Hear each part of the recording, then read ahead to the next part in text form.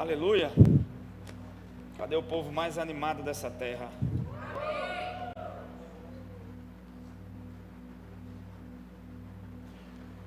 Então, nós vamos dar continuidade hoje a uma mensagem que nós começamos no domingo, que é sobre o amor do Pai. Jesus veio revelar o nome mais poderoso do universo. Diga assim: Jesus não veio para me trazer uma religião. Jesus veio para me revelar o Pai. Eu sei que você conhece todos os nomes de Deus do Antigo Testamento: Tzidkenu, Rafá, Elohim, El Sabaoth. Mas observe algo: Jesus não veio trazer os nomes redentores de Deus do Velho Testamento. A maior função de Jesus, sabe, Ele veio para nos levar para o céu, nos levar para nos redimir, nos perdoar, nos justificar. Mas o que Jesus realmente veio trazer de verdade é recuperar a vida que foi perdida no Éden e nos revelar o Pai. Ele veio a um planeta cheio de órfãos revelar o que a gente mais precisava: um Pai. Amém? O tempo todo Jesus estava posicionando as pessoas para o Pai. Ele disse: não andeis ansiosos por coisa alguma, pelo que vai comer, pelo que vai vestir.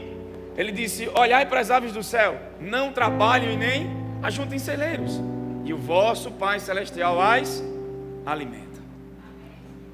Ele disse o meu Pai, porque ele disse o vosso. Então eu quero dar continuidade a essa mensagem, e eu queria que você abrisse em João, 1 de João, capítulo de número 2, versículo 15, onde eu parei sobre a questão do mundanismo. Como vencer o mundanismo?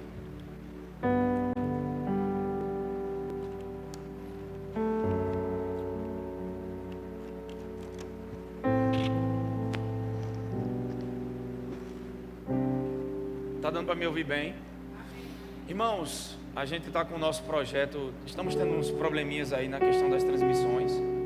A gente vai precisar dar uma reformulada em toda a parte de transmissão, cabos, conectores, não só as câmeras, mas a gente vai ter que fazer toda uma mudança para que realmente a gente possa funcionar bem na questão da transmissão. Então, o pastor Will trouxe um técnico, ele já deu uma olhada e passou para a gente tudo aquilo que a gente vai comprar, fazer. E eu, nesse tempo, Deus colocou algo no meu coração para a gente realmente ter uma estrutura melhor de transmissão. Não só melhorar na questão do som, de qualidade, mas também ter câmeras de qualidade para que a gente possa levar essa mensagem com qualidade a todo o Brasil e para fora do Brasil. Hoje nós estamos com várias pessoas de várias partes do Brasil recebendo a mensagem, sendo alcançadas, sendo tocadas. E eu sei, irmãos, que nós nunca defendemos uma placa de uma igreja, nem um ministério. Até porque ministério não liberta ninguém, igreja não liberta ninguém. Quem liberta é a verdade. Amém? Quando Jesus veio, a Bíblia diz em João 1,17 que a lei foi dada por Moisés, mas a graça e a verdade vieram através de Jesus. Ele está fazendo uma comparação. Lei e graça não se misturam. E quando nós sabemos que a lei mosaica ela é verdadeira, mas não é a verdade que liberta.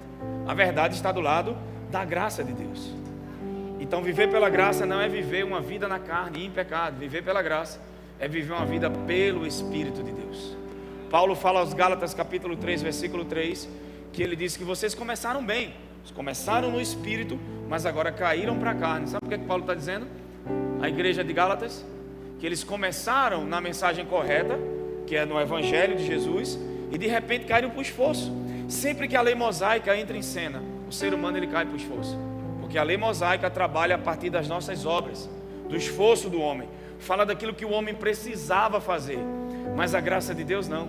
A graça de Deus, o Evangelho, é uma revelação da justiça de Jesus. Deus não fez justiça matando, Deus fez justiça morrendo naquela cruz. E agora nos deu uma posição correta diante do Pai. E nós precisamos aprender como é que essa justiça funciona. Então o Senhor tem falado muito forte comigo sobre a questão da mensagem. O ano que vem nós teremos a nossa escola. E em janeiro agora a gente já vai começar a abrir as vagas, né, e as pessoas para se inscreverem. Mas o Senhor falou muito forte comigo sobre isso, a questão de transmissão. Até para a escola a gente vai precisar desses equipamentos.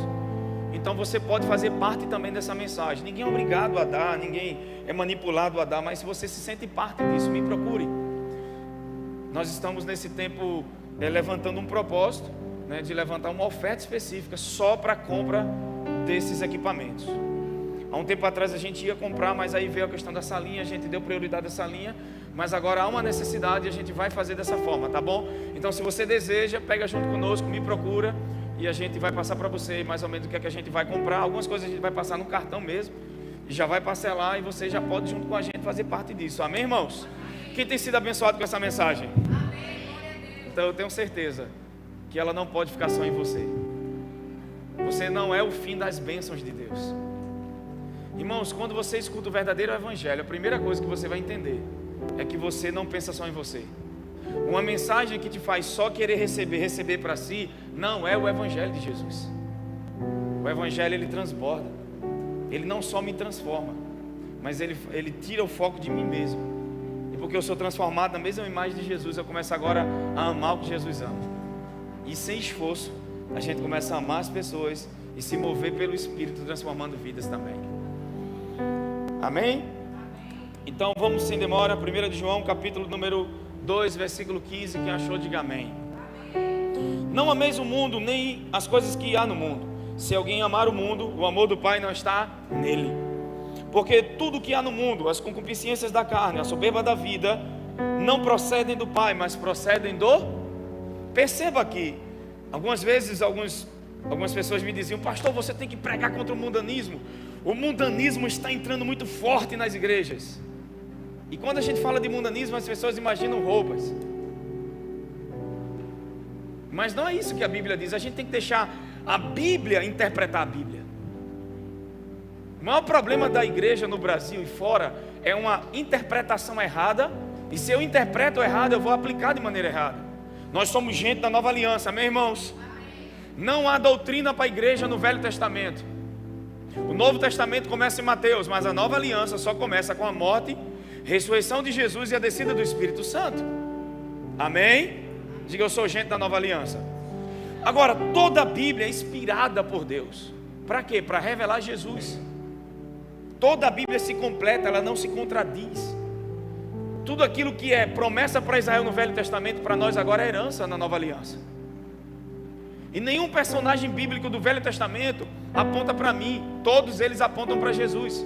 E é por isso que você só vai saber sua verdadeira identidade quando você olhar para Jesus. Amém? A primeira pergunta no Novo Testamento foram aqueles reis magos perguntando: onde está o Cristo? Por quê? Porque quando você encontra Jesus, se encontra. O próprio Jesus nos ensina a estudar as Escrituras.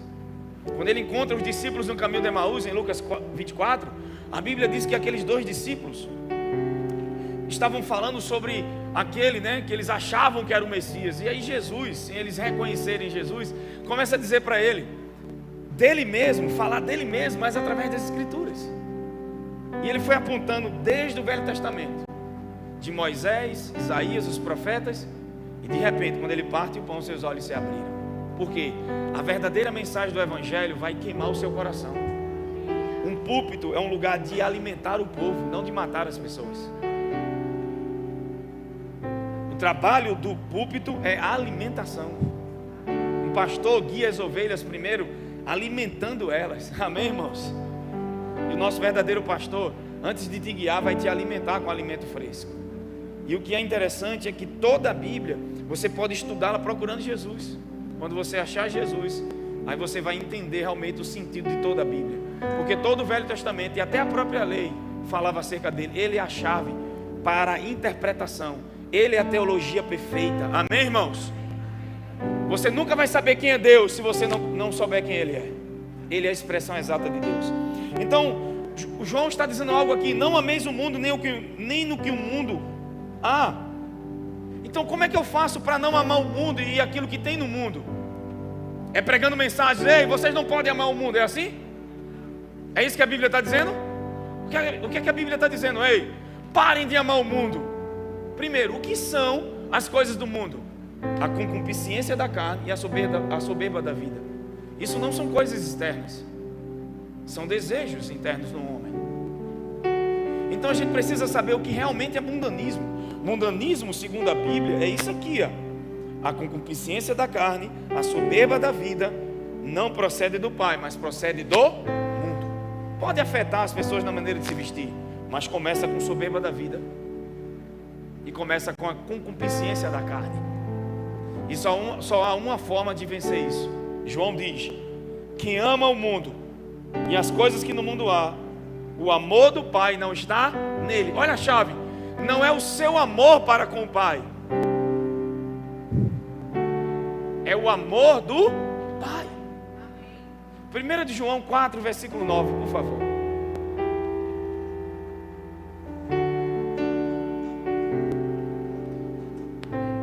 Aleluia. Quem está feliz essa noite? Quem está animado?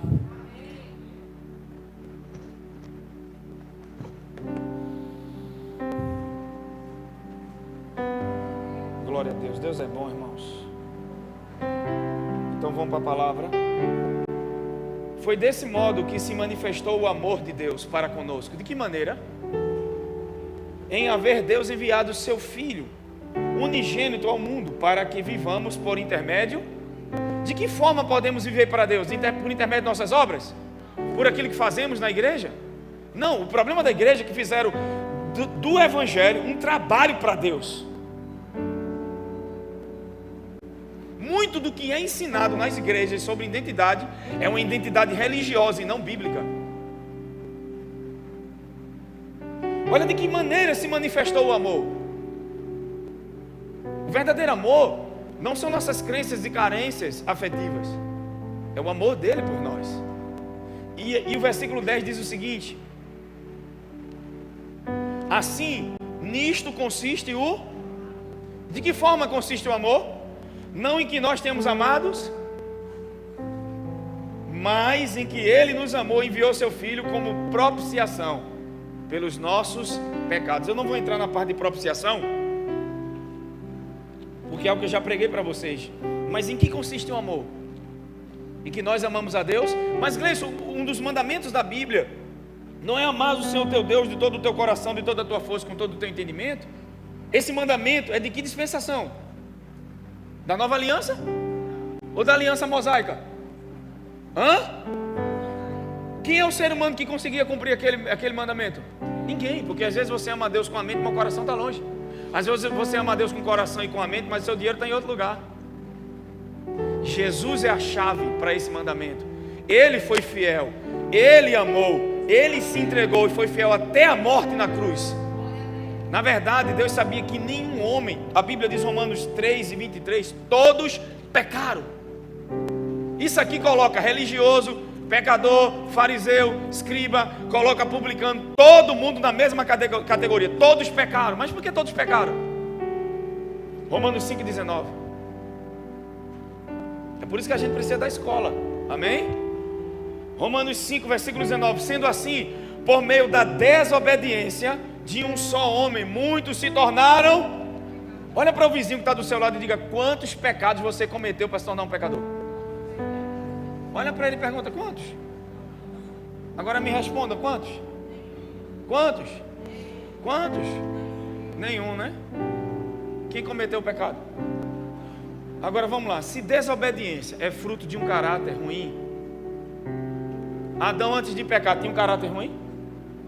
Tinha? Adão tinha? Não. Deixa eu explicar algo aqui para vocês.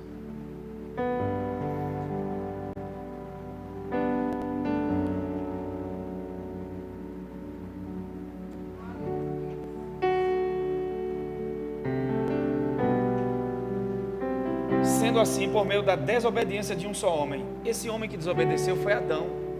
Só que nós viemos naturalmente de Adão, mas Adão caído, e é por isso que toda a raça humana se tornou pecadora.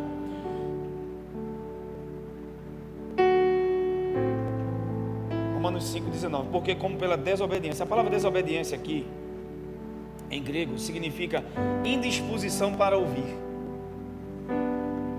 Olha que coisa séria. As pessoas dizem: fulano é desobediente porque tem um caráter ruim. Adão tinha um caráter ruim? Isso é fruto de incredulidade. É por isso que a verdadeira obediência vem da crença certa em Jesus, vem pela fé. Por isso que na nova aliança a obediência é secundária. A primeira obediência é de Jesus. assim como o homem para cair, o primeiro pecado foi o de Adão, e porque Adão pecou, nós nascemos pecadores. Da mesma forma, o primeiro ato de justiça e de obediência é o de Cristo. Ele obedeceu por causa da obediência dele, a obediência dele nos justificou. Não foi nossas boas obras. E agora, porque ele nos justificou, a Bíblia diz que agora, sendo justo, eu obedeço, mas agora é por causa da minha fé nele.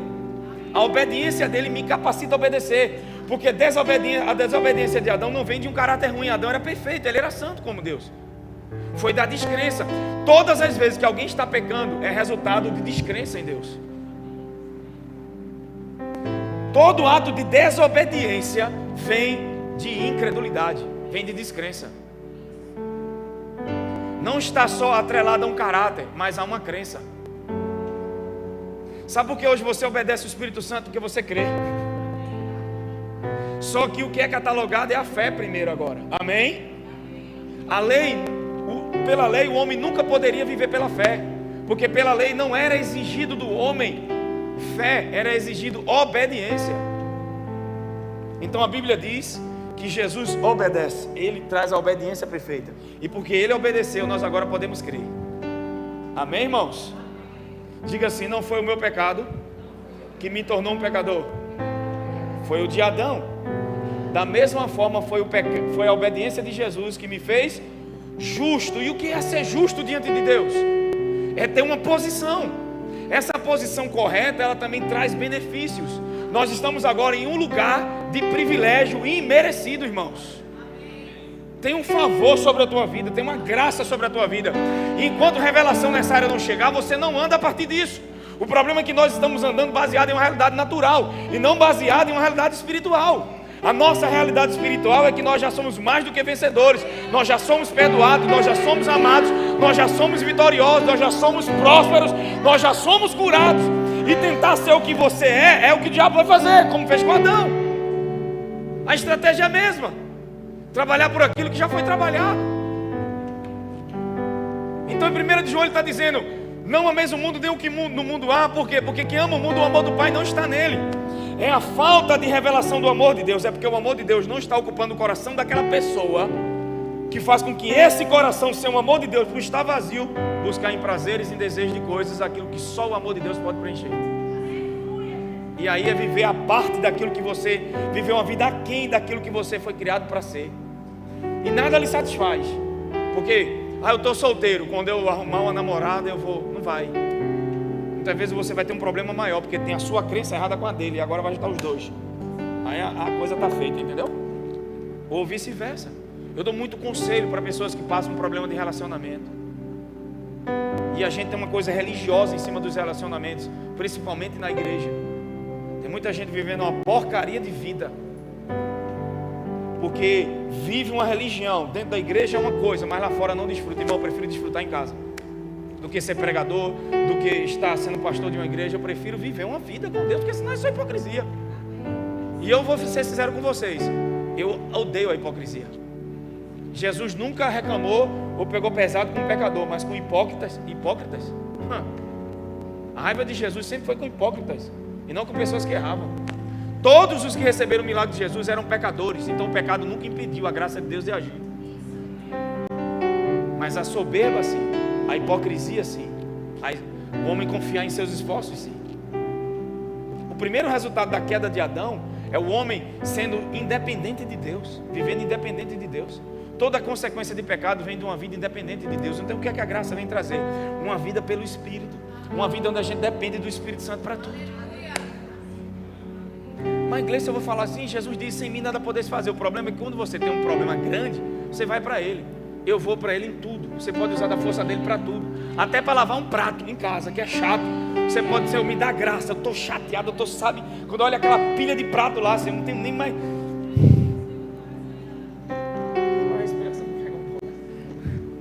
Aí o que é que você faz? Bota uma canção, bota um louvor, começa a adorar, começa a orar em língua, começa a lavar o primeiro prato. Vai meditando na música, daqui a pouco você lavou os pratos, nem percebeu, então eu quero lavar até a casa. A gente tem que deixar o Espírito Santo construir em nós uma estrutura de uma vida pelo Espírito. Porque nós temos uma estrutura montada em nós de uma vida na carne, de uma vida de meritocracia. E essa estrutura que foi montada, que é humana, que não vem baseadas em padrões bíblicos, ela está em nossas crenças e nós não sabemos. Então, quando nós estamos expostos à verdade, que é a palavra de Deus, o que é que vai acontecer com a gente? A verdade vai transformando, porque arrependimento na Bíblia, tem muita gente que diz: ah, pastor, o senhor não prega arrependimento. As pessoas não sabem nem o que é arrependimento, pensa que é sentir mal, é pedir perdão. Arrependimento na Bíblia vem da palavra grega metanoia, mudança de mente. Você chega aqui achando que Deus quer te pegar, agora aprende que Ele te ama e quer te dar graça e força para vencer qualquer área na tua vida.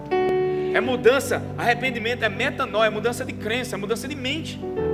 Judas chorou, reclamou, até devolveu o dinheiro, mas morreu do mesmo jeito, se matou. Por quê? Porque o suicídio é o maior ato de justiça própria. Se ele tivesse esperado um pouco, tinha sido salvo. Jesus tinha morrido e ressuscitado ele. Pedro não negou também? Mas Pedro foi restaurado. Então não é ficar, sabe, essa coisa que chora. Tem gente, irmãos, eu me lembro quando o Luiz errava muito em casa. Ele dizia: mamãe, me perdoa. Meu filho, eu perdoo, mas você não vai fazer de novo, né? Eram coisas básicas, deixar a luz acesa, sabe, coisa de tarefa da escola. Como Júlia também: rapaz, me perdoa. Nossos filhos geralmente fazem isso, né? Pede, se deixar, pede perdão todo dia, mas a atitude está igual todos os dias. Então não é sobre isso. Se não mudar a crença, se não mudar a mente, vai fazer a mesma coisa o tempo todo. Ou então cai para o esforço, você tenta no seu esforço mudar. Se carne mudasse carne, não precisava do Espírito Santo dentro de Jesus. Você sozinho se mudava, você sozinho se salvava, e Deus não enviaria seu filho para ter uma morte daquela para te salvar. Você está entendendo o que eu estou dizendo? É a falta da revelação do amor do Pai que faz as pessoas caírem e pecarem. Mas eu louvo a Deus, porque Deus está levantando ministérios que falam sobre essa revelação. Pessoas que vão pregar essa mensagem em tempo e fora de tempo. Quem está comigo aqui hoje? Então não é dizendo para o povo: parem de ser mudando. Se quanto mais diz isso, mais o povo peca. Por quê? A lei já dizia isso e a lei não pôde mudar a condição da humanidade. Aleluia. Diga: é a revelação do amor do Pai. As pessoas vão deixar o mundanismo espontaneamente. Desde que a gente começou a pregar essa mensagem aqui em 2019, eu tenho percebido a quantidade de pessoas que foram transformadas pela mensagem, por causa do amor de Jesus. Pessoas que me procuram e dizem: pastor, eu nunca consegui mudar. Eu tentei no meu esforço, eu tentava vencer a pornografia, eu tentava vencer nessa área e não conseguia. Mas o que é interessante é que, escutando a sua pregação, sem perceber, as áreas que eu tinha prisões, agora eu estou dominando, estou por cima. Isso é o resultado do que o Evangelho vai fazer. Amém? Alguém vai dizer: mas fulano errou. Irmão, em todo lugar vai ter gente que erra e que peca. Até porque a graça não é uma licença para pecar. As pessoas já são pecadores sem licença mesmo. Quando alguém quer pecar, ninguém libera. Ele peca porque quer. Ninguém peca sem querer. Ou você acha que alguém chega no culto, aí a pessoa entra no motel e diz: rapaz, o que eu estou fazendo aqui? Quem tirou minha roupa? Quem me levou para cá? O cara foi porque quis. Você está entendendo o que eu estou dizendo? Eu não preciso de Jesus para saber do que é certo e o que é errado. A lei da consciência já estava na consciência da humanidade. Como é que José sabia que era errado ficar com a mulher do patrão? Não tinha lei mosaica, não tinha nem Bíblia escrita, por causa da árvore do conhecimento do bem e do mal. A lei da consciência, a lei moral de Deus sempre estava na consciência do ser humano. Tem criança aí com 5 anos de idade, já sabe o que é certo e o que é errado. Imagina a gente com 40, eu com 20. Minha esposa olha para ela, eu estou dando 30. Tem hora que eu olho para ela, eu não sei. Ela volta quando vê, meu Deus, está com 25, está com 30, que bexiga foi que aconteceu?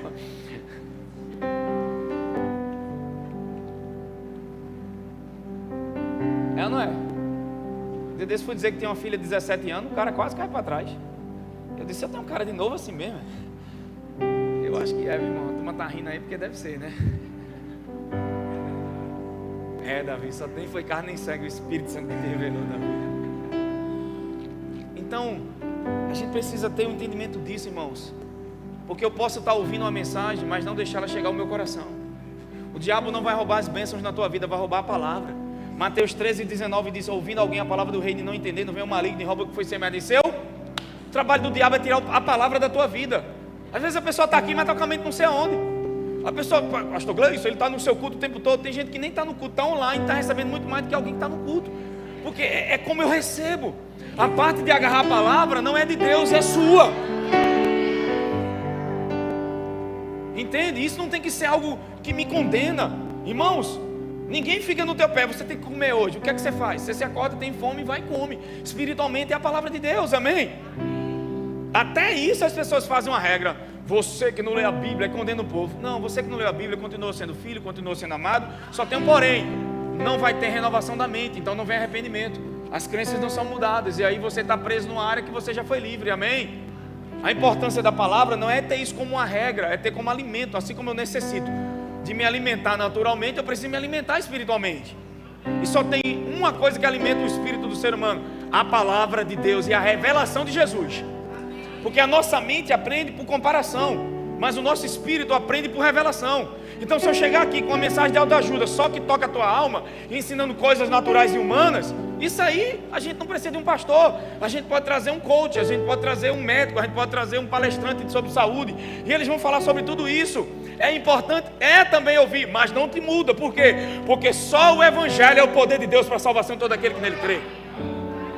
Romanos 1,16, Paulo disse: este Evangelho é o poder. Sabe o que é poder? Capacidade, habilidade para efetuar mudanças. O poder para salvação, o poder para prosperar, o poder para curar, o poder para ser salvo, o poder para estar inteiro e completo. Eu não sei vocês, mas eu quero esse poder. Porque ele que me torna eficaz para funcionar, sim ou não? Sim, é o dunamis de Deus. E a palavra evangelho ali é a mesma palavra graça. Em alguns textos na Bíblia é evangelho, em outros é graça de Deus ou boas novas. É a mesma coisa. Quando fala do evangelho, está falando da graça de Deus. Eu não sei vocês, mas eu dependo da graça de Deus para tudo isso. Eu não sou salvo pela graça, eu vivo pela graça, eu cresço pela graça, eu aprendo pela graça. Até para ler a Bíblia eu dependo do Espírito Santo. As pessoas me procuram e dizem: pastor, eu começo a ler a Bíblia de que forma? Diz: vai perguntar ao Espírito Santo. Ele vai te guiar de que maneira você tem que ler. Porque até nisso a gente cria regras. É bom ler o Novo Testamento, a Nova Aliança, sim. Mas até isso tem vezes que o Espírito Santo quer me levar para um livro. E eu deixo que ele me guie. Eu tento ir para outro, não dá certo. Até as músicas. Às vezes eu passo uma semana só com aquela música, irmão, que o Espírito Santo me dá. Não sei vocês, quando eu tento escutar outra, já arranha, bota aquela de novo. E ela vai uns 20 vezes assim. Ele nos guia em tudo. Deus seria sem sabedoria nos colocar debaixo de uma aliança que ia fazer a gente pecar e cair, viver uma vida na carne. Então ele nos levou para uma aliança superior. Por quê? Porque agora o próprio Deus habita em nós, nos capacitando a viver essa nova vida, irmãos. Aleluia. Então, de que forma consiste o amor de Deus? Em a gente ter amado Deus primeiro? Não, em Deus ter nos amado. E agora o amor de Deus me capacita a amar o ser humano, me capacita a amar Deus e a tudo na vida. Só que o que é pregado na igreja, a primeira coisa que era para alguém entender quando nascesse de novo, era a revelação do amor do Pai por ela. E quem Deus é como Pai. É isso que faz as pessoas ficarem nas igrejas. O que tem de gente ferida, magoada, machucada, e o que tem de gente com problema de crença, de paternidade, principalmente por causa de pais que foram abusivos, pais que foram ausentes, e as crenças, e essas pessoas nem têm culpa, porque eles também deram aquilo que eles nem tinham. Amém? Mas agora chegou a plenitude. Agora tem a revelação de quem Deus é. Para quê? Para nos curar de todas essas carências e essas crenças que só nos fazem sofrer e buscar refrigério e refúgio em lugares que não vêm do Senhor. Havia uma mulher no poço, em João capítulo 4, que ela foi tirar água. Abre João capítulo 4, por favor, versículo 1.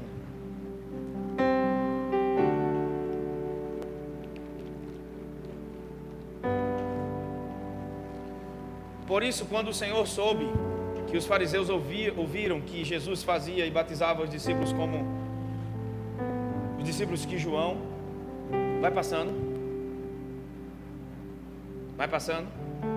pronto, aqui, versículo 4. Entretanto, era-lhe necessário passar por Samaria. Sabe aquela coisa que estava no calendário de Deus, que ninguém entendia? Tem coisas que são necessárias. Tem coisas que você não entende, mas Deus está usando para trabalhar em você. Um Jesus que prega para multidões, mas é um Jesus que anda quilômetros de distância por causa de uma mulher. Veja como uma pessoa é importante para Deus. Você acha que porque não consegue ouvir a resposta de Deus, Deus não está te respondendo e não está te ajudando nessa situação? Ei, Deus está mais presente do que você imagina. Às vezes somos nós que não paramos para ouvir. A gente está tão inquieto. Percebeu que toda área que a gente está inquieto, a gente não vê resultado nelas? Mas aquela que a gente descansa, entrega na mão do Senhor, começa a fluir.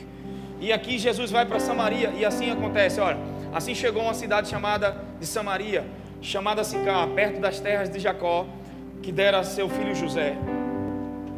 Havia ali uma fonte de Jacó.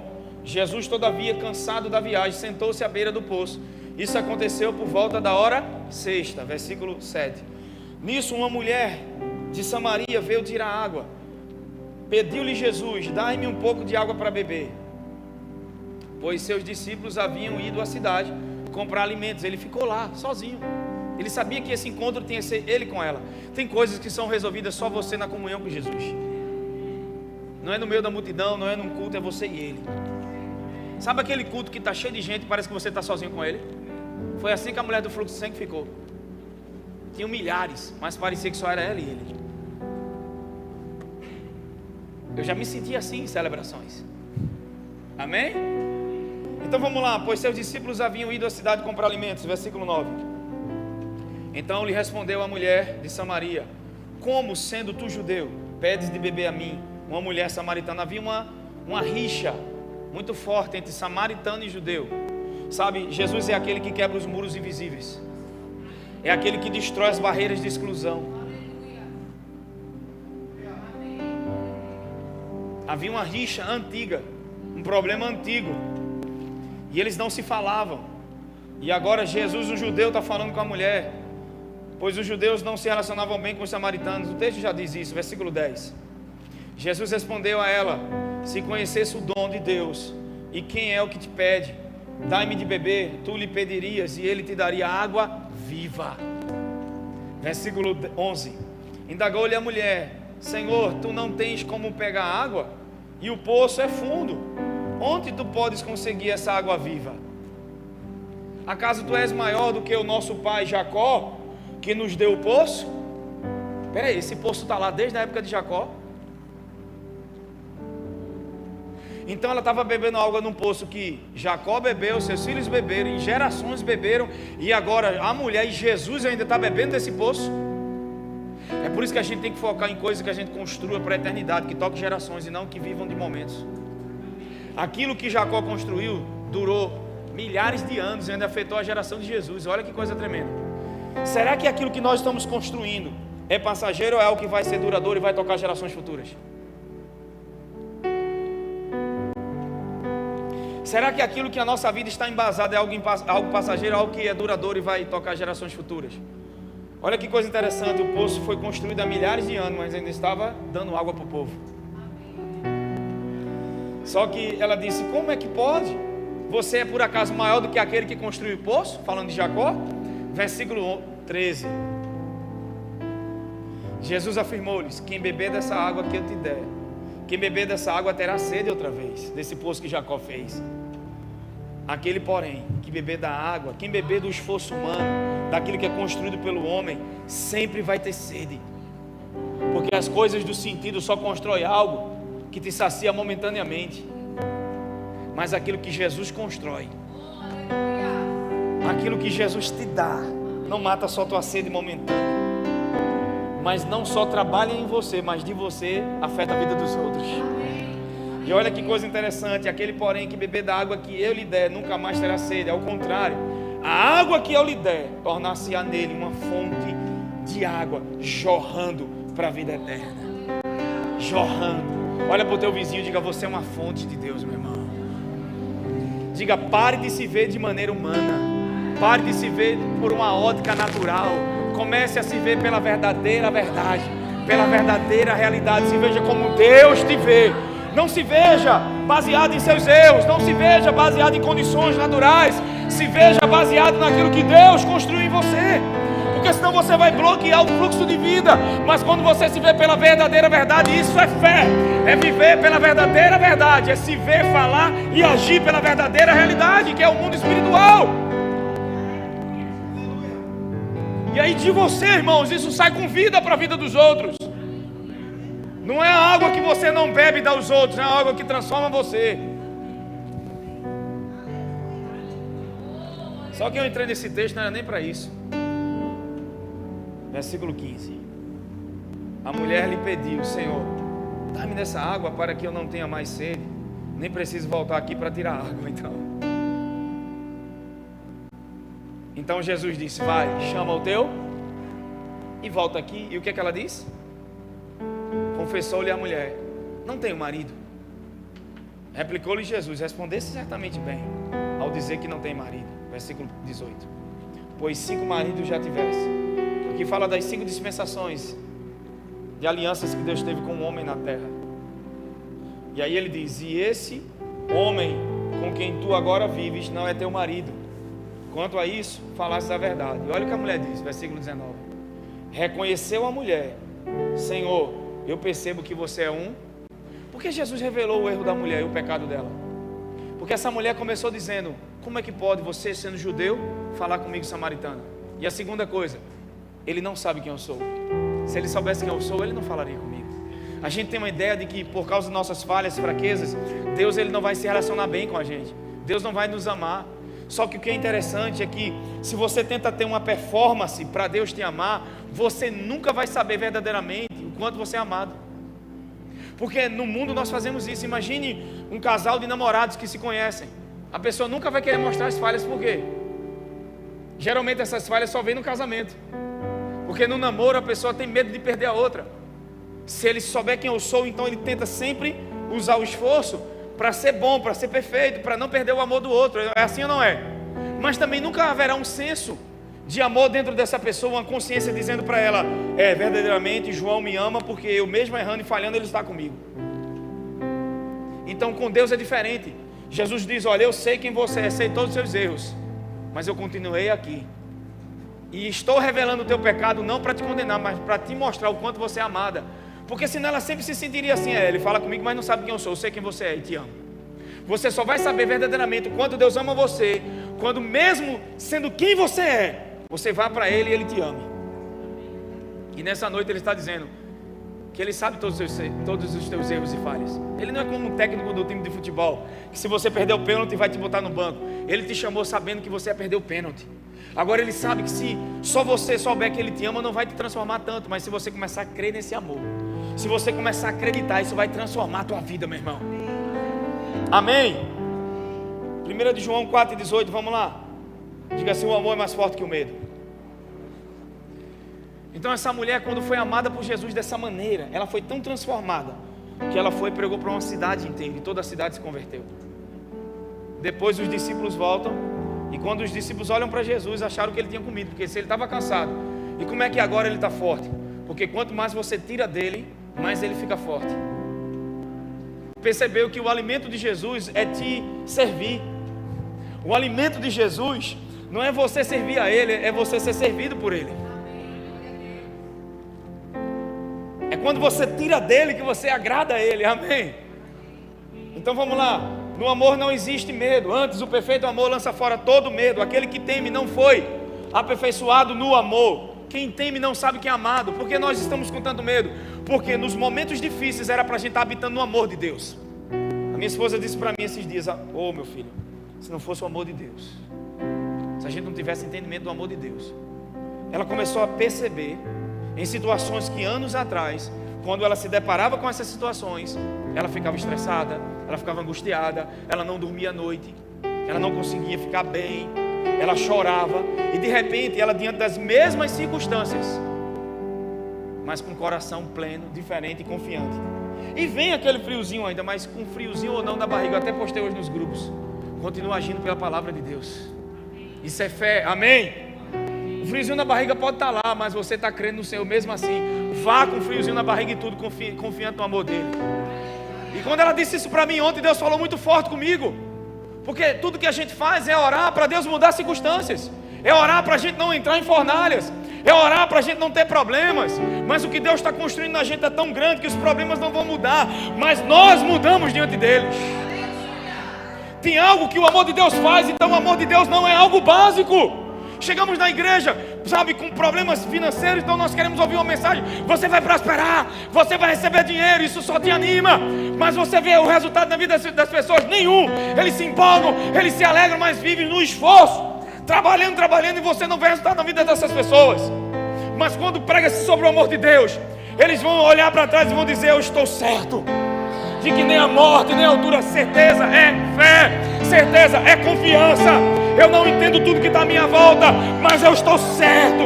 O amor de Deus produz algo no meu coração, me deixa seguro diante de pressões, meu velho. E o que é que vai acontecer? Os rios vão bater, os ventos vão soprar, você vai estar intacto, você sai do fogo sem cheiro de fumaça, com uma revelação maior, com uma crença maior e um novo estágio, meu irmão, e uma nova autoridade, porque você nunca vai ter autoridade sobre aquilo que você tem medo. Sabe por que eles entram no fogo? Porque eles não tinham medo do fogo. Eles sabiam, Sadraque, Mesaque, Abednego e Daniel, capítulo 3, quem estavam com eles naquele fogo. Essa é a diferença, irmãos. Às vezes o culto que Deus queria falar com você era só isso. Mas Gleison, eu não vi ainda, sabe, os milhões. É porque a gente fica focando nessa coisa humana, de crenças. Hoje as mídias, irmão, é só poste. Os coaches é só mostrando Land Rover, Porsche. Aí os cabas tenta e não consegue, fica. Realmente isso é prosperidade? Eu tenho que ter uma Ferrari para mostrar ao povo que eu sou próspero? Não, meu amigo. Eu prefiro estar bem, estar com meus filhos saudáveis, ter saúde, ter paz, ter alegria, com minhas contas providas, porque pega isso, nunca vai ser. As nossas necessidades nunca serão maiores do que as provisões de Deus. Não são as provisões que vão cessar, são as nossas necessidades que vão acabar. Porque a provisão de Deus é maior, só que quando uma necessidade chega, a graça está lá. Eu tenho graça para resolver coisas, então o dia mal chegou, eu tenho graça de Deus para passar. E consciente dele, do amor dele, irmãos, eu não vou nem sentir o fogo. Eu saio do fogo melhor do que entrei. Porque agora também tem uma coisa, viu? O fogo que me protege, no inimigo ele destrói. Toda a Bíblia você vai ver isso. Os homens que lançaram Sadraque, Mesaque morreram na hora. E o que é que aconteceu com Sadraque, Mesaque e Abednego? Entraram amarrados. Nabucodonosor se levanta e diz: lançamos 3.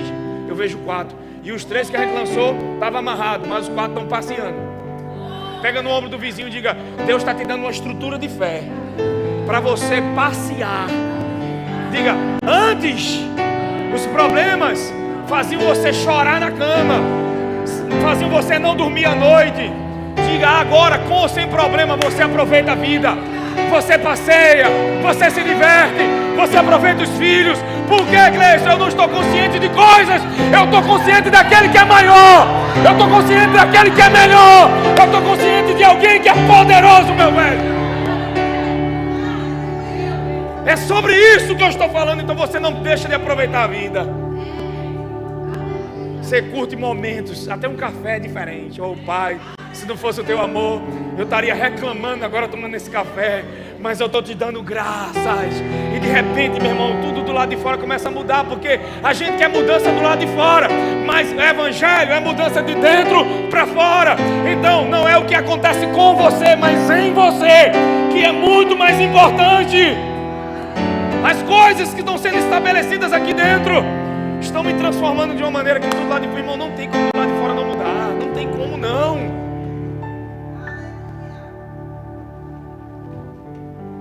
Aleluia. E quando minha esposa disse isso para mim, eu disse: não, vai virar pregação.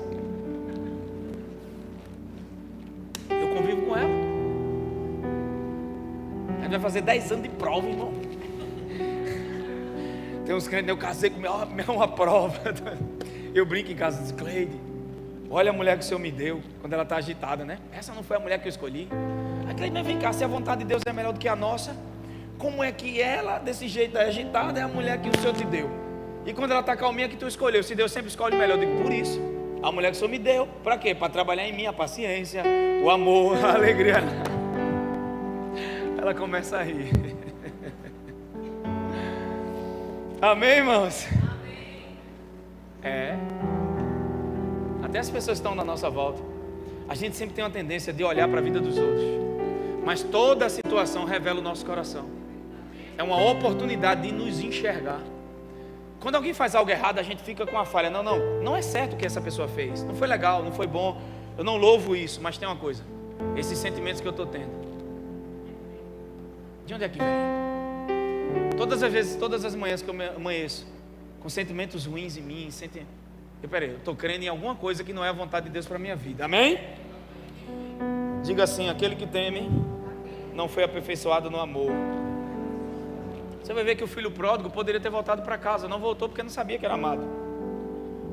Ai, meu Deus, Deus é bom. Amém?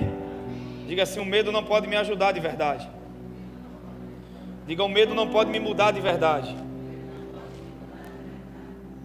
Sabe, irmãos, a gente precisa aprender isso. Deus não está irado comigo. Diga: Deus não está irado comigo. Se a gente passar o tempo todo acreditando que Deus está zangado conosco, estaremos focando no que fizemos de errado e não naquilo que Jesus fez. Em vez de focarmos no fato de que Deus fez o certo ao enviar seu Filho para pagar todos os nossos pecados. Sempre que você foca naquilo que você fez de errado, você não foca naquilo que Ele fez. Você já cai para os seus esforços. Amém? João capítulo 17, versículo 6. Eu ia começar daqui, vê. Vamos lá, João 17, a oração sacerdotal de Jesus. Foi aqui agora que eu me lembrei, parei aqui no domingo.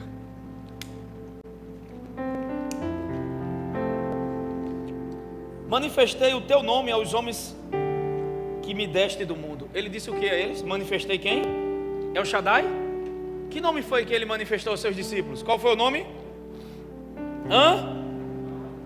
Diga: Abba.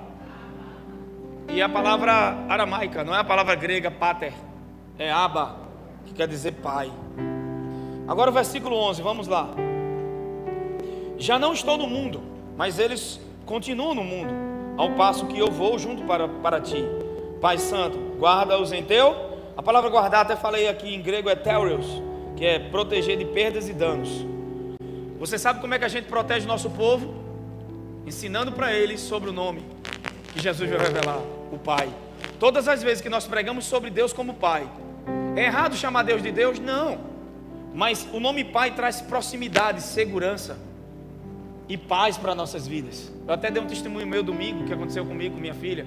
Minha filha, quando ia orar, quando minha filha acordava de madrugada com pesadelo, ela não gritava: Pastor Sênio, da Somos a Graça, você que me veste, que me dá comida, você que me protege, que me guarda, por favor, venha cá. Era assim que ela fazia? Como é que ela fazia? Painho, ela só gritava. E eu corri e colocava ela nos braços. Você não precisa saber orar, você só precisa saber que Ele é seu Pai e vá a Ele. Mas Gleison, eu só fiz reclamar, foi uma oração. Já teve oração, Ítalo, que eu nem orei, só fiquei calado. Foi a melhor que eu fiz, que eu nem atrapalhei ele, só recebi dele nesse dia. Só fiquei lá, não tinha nem palavra, ele estava tão angustiado que só fiz ficar calado. Porque a gente já sabe, tem pregador que não mostra falha, defeito. A gente tem que ser homem de ferro e mulher maravilha. Isso não é andar por fé. Somos humanos, nós vamos fraquejar. E eu, como pregador, quero dizer para vocês que eu sou igual a vocês. Eu preciso dele, amém? Eu só sou o que sou por causa dele, não por causa de mim mesmo.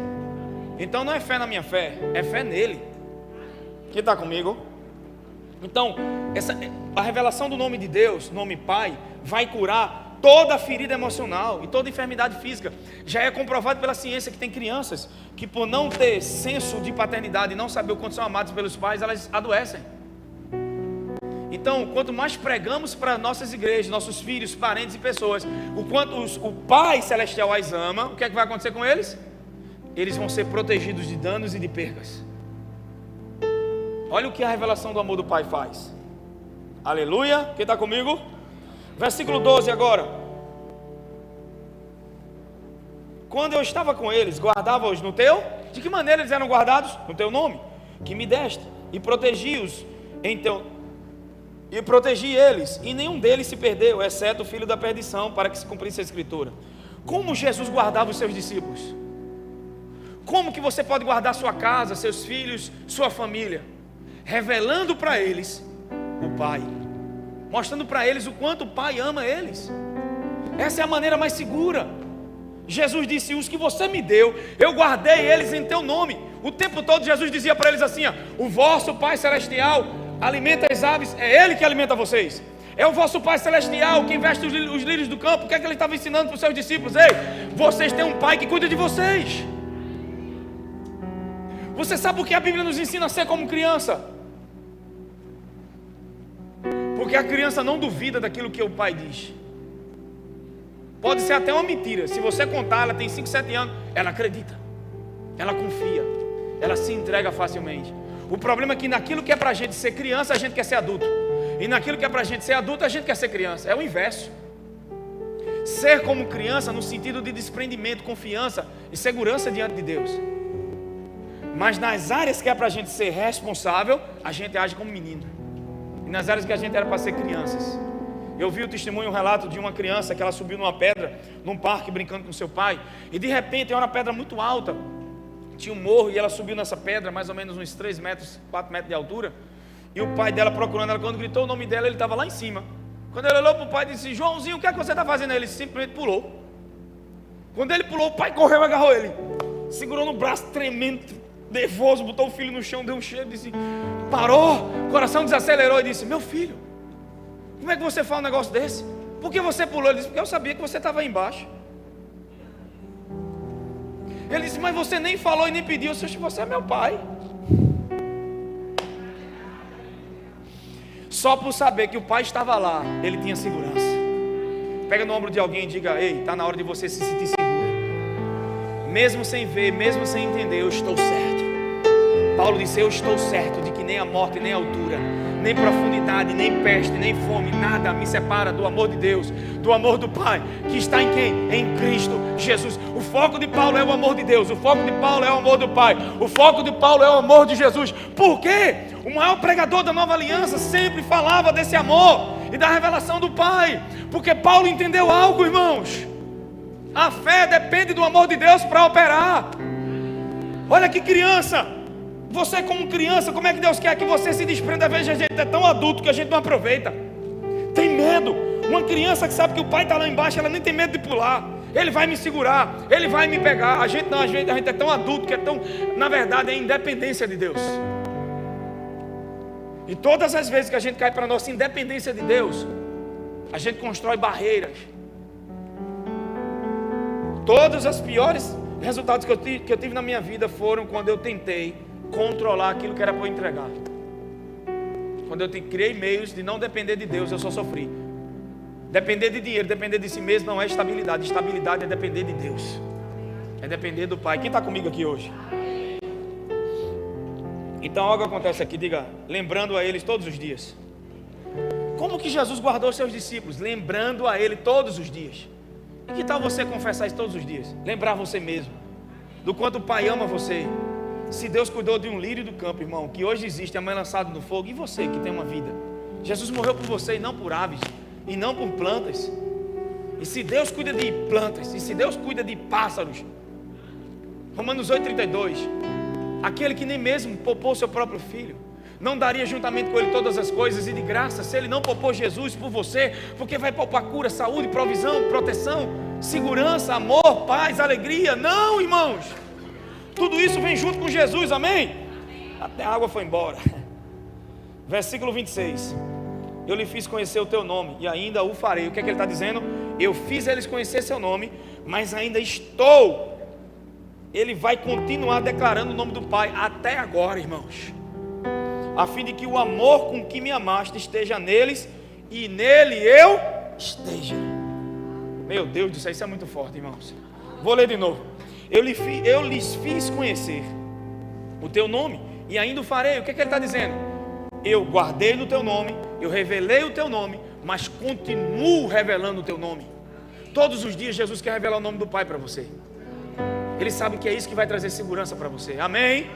E olha o que ele está dizendo aqui: a fim de que o amor com que me amaste, da mesma forma que você, esse amor que você me amou, esteja neles também. De que forma esse amor com que Deus amou Jesus vai estar manifestado em nós?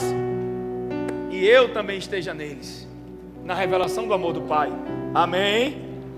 A gente está buscando unidade de doutrina, mas aqui algo muito interessante. Aqui está falando da unidade do amor do corpo de Cristo. Não unidade de doutrinas, mas unidade do amor, unidade do Espírito, amém, irmãos? E essa unidade de Espírito, unidade de amor, vem com a revelação do Pai. Eu não sei porque a igreja não ama, eu não sei porque as pessoas não amam uns aos outros. Os pastores dizem isso, líderes querem isso na igreja. É tudo que todo líder quer, que a igreja tenha a unidade de Espírito, que a igreja seja como aquela igreja primitiva, que foi confiado ao governo do Espírito Santo. E por que isso não acontece nos prédios? Porque amor não é algo que se ensina, não é algo que se aprende, é algo que se rende e vem pela revelação do Pai. É o nome do Pai, a revelação do nome Pai, que vai trazer a unidade de amor no corpo de Cristo. A gente pode criar escola, escola não faz isso. É a revelação do nome. Meu Deus do céu. Aleluia. Isso vem com a revelação do nome do Pai, com o amor do Pai. Amém? Quem está comigo? O exemplo disso foi Jesus na tentação. Quando Jesus foi batizado em Lucas capítulo 13, a Bíblia diz que o céu se abriu e o Espírito Santo desceu em forma de pomba sobre ele. E uma voz dizia: esse é o meu filho, em quem eu tenho prazer. Jesus tinha feito o que para o Pai ali? O que é que ele fez para o Pai? O que é que Jesus fez para o Pai ali?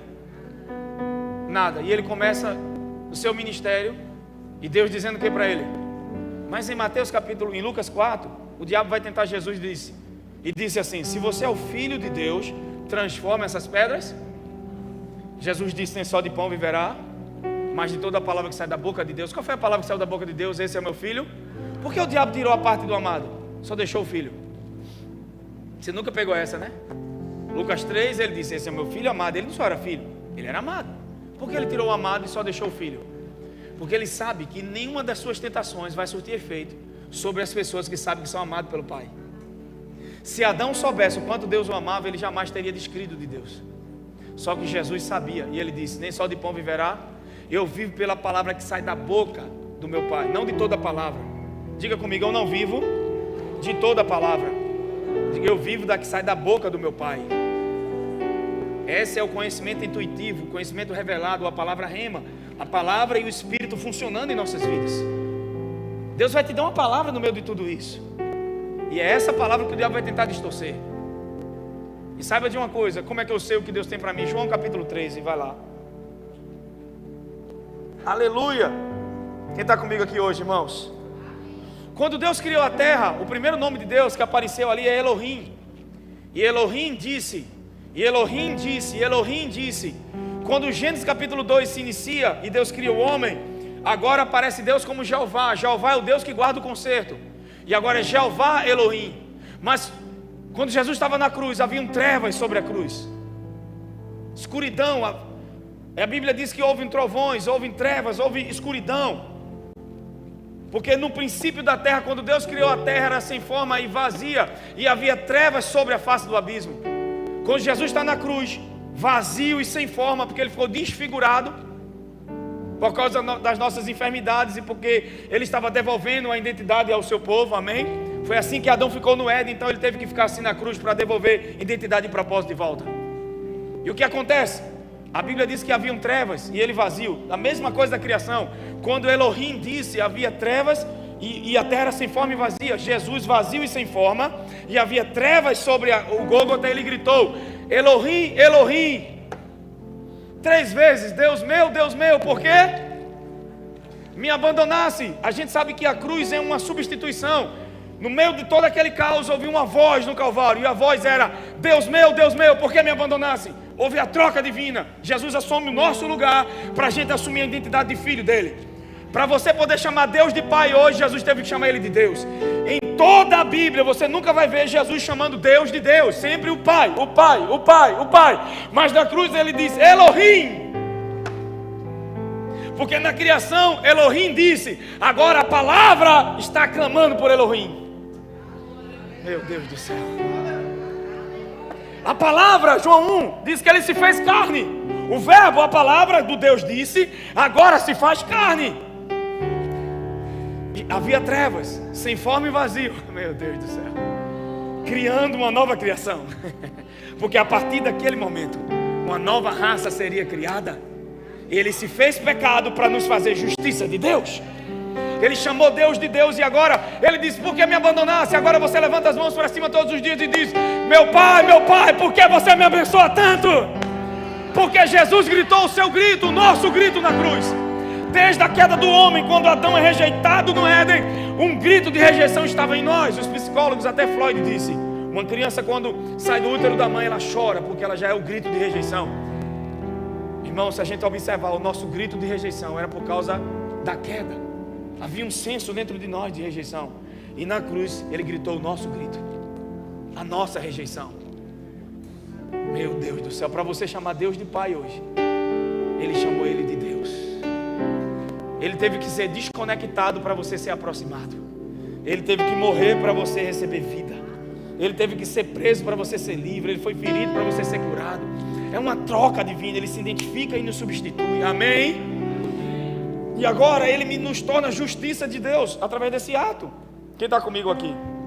João capítulo 13, versículo 1. Vou encerrar. Aleluia. Olha para o teu vizinho e diga: quanto mais você entender e estiver consciente da sua identidade em Cristo, você vai viver com espírito de plenitude e humildade na terra. Amém? Versículo 5. O maior ato de Jesus de humanidade, tirando da cruz, foi quando ele lavou os pés dos discípulos. Em Efésios capítulo 1, Paulo ora para a igreja conhecer a sua identidade. Por quê?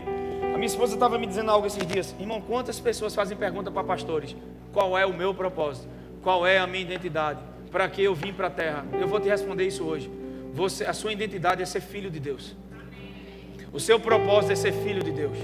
Se esse lugar não estiver bem estabelecido na sua vida, você vai viver funções distorcidas no corpo. Meu Deus. Porque as pessoas vão para a igreja tentando ser profeta, tentando ser mestre, tentando ser apóstolo, tentando ser tudo isso, mas não entendem o lugar de identidade, que é ser como Jesus é ser filho de Deus. Toda a plenitude sai desse lugar de filho de Deus. O nosso problema é que a nossa identidade é evangélica, é religiosa. A identidade das pessoas, você pergunta: o que é você? Eu sou profeta. Não, eu sou filho. A autoridade que Jesus veio na terra é a autoridade de filho. Ele expulsou os demônios gadarenos com a autoridade de filho, irmãos. Então, independente de títulos e de posições na igreja, eu já tenho a maior de todos os títulos e a maior de todas as posições. Eu sou filho de Deus, e porque sou filho de Deus, agora eu posso exercer um dom que foi me dado, que é o dom da autoridade em Cristo também. Amém? Exercer reino, governo, é um dom também. Eu não uso minha autoridade em Cristo em minhas obras, eu uso pela fé no que Ele fez. Ele me assentou com Cristo. Espiritualmente eu já estou no lugar de vitória. Levanta a tua mão, pelo amor de Deus, diga: eu não vou viver vitória, eu já estou na vitória. No dia que eu entreguei minha vida a Jesus e fiz dele Senhor e Salvador da minha vida, eu já entrei na vitória. Eu me movo da vitória para a vitória, eu vivo da vitória, eu oro da vitória, eu creio da vitória, meu irmão. Eu vou pregar isso até Jesus vir. Porque a gente deixa que as nossas emoções e sentidos falem mais alto do que a verdadeira verdade. Então você tem que saber quem você é. E você não sabe quem você é numa identidade gospel, numa identidade religiosa. As pessoas: não, eu fui tal escola, essa escola, sabe, a gente vai fazer a escola da graça. E aí fica a escola não, é o evangelho e a mensagem. Escola, títulos, regras, não muda ninguém, meu irmão. Paulo disse: eu não aprendi de homem nenhum. Gálatas capítulo 1, quando vai defender o apostolado dele, Paulo diz: eu, apóstolo de Jesus Cristo. Aprendeu com quem? Com Jesus, irmão. Aprendeu da palavra. As pessoas que leem a Bíblia, que aprendem a palavra e crescem, são pessoas proativas na vida. Você pode ver em tudo funciona. Porque tem pessoas que estão vindo para a igreja, nem lê a Bíblia, irmão. Paulo disse: qual foi a escola que Paulo foi treinado? Nenhum. Nem andou com Jesus fisicamente, mas na comunhão com Ele recebeu dele. Meu Deus do céu.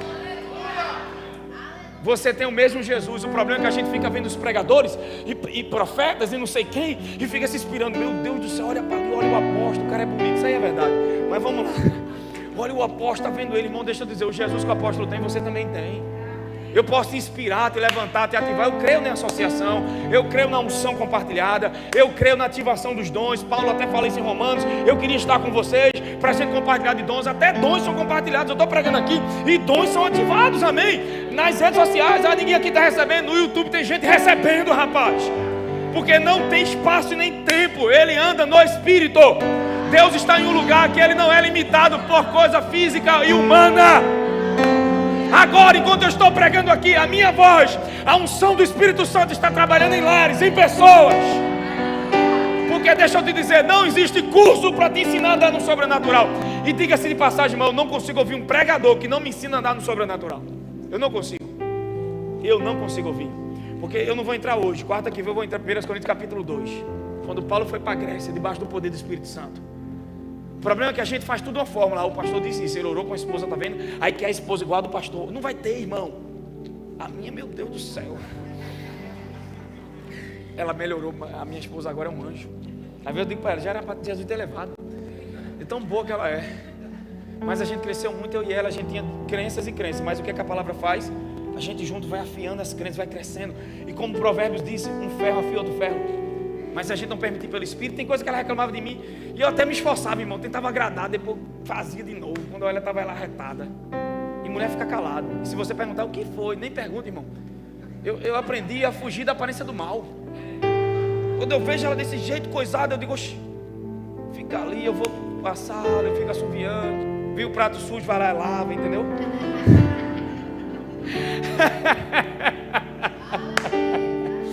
Mas aí você vai pelo Espírito, de repente eu não estou mudando por causa dela, eu estou mudando porque primeiro eu tenho que mudar por causa de mim. Porque isso é bom para mim, amém? Então às vezes eu queria me disciplinar e, sabe, jogar essa coisa de homem, coisa para lá, para cá, e de repente hoje mesmo eu joguei o short, quando eu joguei que eu olhei, o Espírito de Excelência, ei rapaz, eu fui lá, peguei o short, obrigado Espírito Santo, guardei, botei no lugar dele, você está entendendo? Sabe, e a gente fica brigando por causa desse negócio de bagunça em casa, nada disso, a gente não briga por isso. A gente nem briga, às vezes eu disse, rapaz, nunca mais brigou, tá bom a gente dar uma brigadinha. E a gente foi treinar Muay Thai um tempo atrás. Quando eu olhei, meu irmão, ela botou aquela canela e começou, pá, daqui a pouco, eu segurando, pufo, eu digo, vamos sair desse negócio, não vai dar certo. Aí entrei pra academia essa semana, quando eu olhei, tinha um casal lá, eu disse, vai, a minha, eu já tirei logo disso aí, tu é doido? A gente finge que manda, né? Quem manda é as mulheres, tô brincando. Vamos lá. Então, hoje a gente vive coisas que a gente antes estava aperreado, destruído, e a gente está bem um com o outro, está bem com o Senhor, e com paz e alegria para poder ensinar nossos filhos. Porque mais do que falar com seus filhos, é a sua vida, vai falar mais alto. Não adianta você tentar ensinar coisas com palavras para os seus filhos, mas a sua vida não flui nisso. Se acalme, gritando, se acalme. Não, é vivendo paz que eles vão receber dessa paz. Amém? E sempre apontando para Jesus, porque ninguém é bom na gente. Sabe por que eu não chego aqui? Eu conto coisas falhas nossas, porque, irmão, vocês precisam saber que a gente é humano. Essa pregação de homem de fé, mulher maravilha, tem um monte de gente doente que nem, a gente chama, quem quer aqui receber oração por cura? O cara doente lá atrás, não vou. Porque a minha fé, se eu mostrar para o povo que estou doente, o povo vai ver. Irmão, escambau para o povo. Eu quero é receber. Pelo amor de Deus, se eu estiver doente, estiver ganhando, eu vou na hora. Bota a mão em mim, pelo amor de Deus, não lava meu pé não. Lava o copo, lava o cabelo, lava tudo. Ainda manda até as trouxas de roupa lá de casa para você lavar, se você quiser, miserável. Eu não tenho nem mais tempo, irmão, mas dá para ler esse versículo. João, sobe já com louvor. E em seguida, eu estou gostando do som. Som de natureza, de um passarinho. Adoro passarinho, irmão. Quando toca passarinho, eu fico doidinho. Vê só. Em seguida, derramou água em uma bacia e começou a lavar os pés dos discípulos e a enxugá-los com a toalha que estava em sua cintura. Quem está comigo? Passa. Aproximou-se Simão Pedro e disse: Senhor, vai me lavar os pés, é? 7. Respondeu Jesus: o que faço agora, não podes compreender agora. Todavia vai compreender mais. Eu vou deixar para domingo. Domingo eu termino. Fica de pé em nome de Jesus. Isso aqui é uma revelação profunda, eu vou deixar para domingo. Domingo tem ceia. Vou aproveitar para entrar nessa passagem. Amém, irmãos? Só que Jesus, o Pai falou com ele 2 vezes que ele era amado. Qual foram as 2? Uma foi no Jordão. Jordão em Israel são as partes baixas. Depois Deus falou com Jesus no Monte da Transfiguração, quando estava Pedro, Tiago e João, que apareceu Moisés e Elias, e Pedro pediu para fazer tendas para Moisés e Elias. O que foi que Deus disse? Uma voz do céu de novo vem, uma nuvem cobre eles, e só fica Jesus na cena. E o que é que o Pai diz? Esse é o meu filho, em quem tenho. Só que no Monte da Transfiguração é um lugar alto. Ou seja, no início da caminhada, sem ter feito nada para o Pai, Deus disse: você é amado. No lugar alto da caminhada com Deus, você é amado. O que é que Deus está tentando trazer para nós? Não importa em que estágio você esteja espiritualmente, tudo começa e termina pela revelação do amor do Pai na tua vida. Porque muitas vezes você pode até começar consciente que amado é o que todo mundo faz, mas depois cai para as obras. Então Deus não quer você em suas obras. Seja em lugares baixos ou em lugares altos, Deus quer você sempre consciente do amor dele. Você pode ser o bambambam das tampas, apóstolo de cruz, papa. Você pode ser, sabe, o maior título que um homem tenha. Você é filho e você é amado e Deus cuida de você. Porque agora eu sou maduro demais. Não, você sempre vai depender de Deus. Quanto mais maturidade eu tenho em Deus, mais dele eu dependo. E menos uso meus esforços. Maturidade não é vista pelos títulos e tempo que eu tenho na igreja, ou pela quantidade de gente que eu lidero. Maturidade é visto por tanto que Cristo é formado em mim e por tanto que eu vivo na vida do Espírito, amém? E andar no Espírito não é fluir nos dons, viu? Porque tem gente que flui nos dons, é uma benção, irmão. Mas a língua é tamanho Então, você pode fluir nos dons e ser um fofoqueiro. Estou falando disso. A igreja que mais fluiu nos dons era carnal. Era a igreja de Corinto. E eram carnais. Porque em nenhuma outra igreja Paulo ensina sobre os dons. Só para a igreja carnal que Paulo ensina. Porque quando você amadurece, os dons fazem parte de você. Você não precisa nem aprender, já flui naturalmente. Meu Deus do céu. Porque se realmente Paulo precisava ensinar sobre isso, ele ia ensinar em todas. Só ensinou em Corinto sobre os dons espirituais. E a igreja mais carnal, e a que mais fluía nos dons, andar no Espírito, não é andar nas manifestações. Agora, quanto mais eu andar no Espírito, mais os dons vão se equilibrar, se equiparar e vão fluir. Porque uma igreja sem amor não é uma boa nova do Evangelho. Entendeu? O ID sem amor é só ações humanas. Se os nossos dons não forem governados, se os nossos dons não forem governados pelo ID e pelo amor de Deus, eles perdem o sentido. É por isso que Paulo ensina sobre os dons e diz: quero mostrar um caminho mais excelente. Olha qual é. Ainda que eu falasse o dom de línguas, ainda que eu amasse, profetizasse, ainda que eu fizesse tudo isso, até desse esmola para os pobres, mas se não tiver amor, meu Deus do céu, se eu não compreender esse caminho, se eu não compreender como é essa vida, o fruto do Espírito é um só, é no singular, amor, e do amor vem todos os outros. Você fica tentando andar em domínio próprio. Eu estou tentando não falar assim com meu esposo, eu estou tentando não falar assim com minha esposa na carne. Ei, domínio próprio não é obra, é fruto. Fruto vem do amor. Quanto mais eu ando no Espírito, mais o amor amadurece. E sem perceber, aquilo que eu não dominava, estou dominando. Estou dominando minha língua, estou dominando minhas ações. Porque você não foi feito para dominar o irmão, você foi feito para controlar suas ações, guardar o seu coração, não do seu irmão. A gente não exerce autoridade sobre os irmãos, a gente exerce sobre o diabo. Apesar que eu já contei para você, fui expulsar um demônio, saiu o demônio, ficou e a pessoa foi embora. Mas vamos embora. Agora vamos adorar o Pai. Coloca a mão no teu coração. Quando é que você vai permitir Jesus servir você? O problema é que nós temos um Pedro dentro da gente, que não permite que Jesus sirva ele. Mas essa nossa geração é de Marias, que vão receber do Senhor. Marta, você está muito agitada, por quê? Porque você está ocupada com tantas coisas, porque não se ocupou com a necessária. Sabe por que as pessoas estão ocupadas com tudo? Porque não se ocuparam com a necessária. Porque você anda tão preocupada, agitada, porque está tão perturbado, porque está tão ansioso, porque você está assim hoje. Ei, irmão aqui, você de casa, por que vocês estão ansiosos? Por que estão perturbados e preocupados? A resposta é porque a coisa necessária não foi feita. E a coisa necessária é sentar aos pés de Jesus para receber dele, se ocupar com ele, deixar o amor dele fluir dentro de você. Então feche seus olhos. E o diabo vai mostrar na tua mente as contas, os problemas. Pode saltar, João. Deixa essa canção fluir no teu coração essa noite. Deixa o amor de Deus fluir.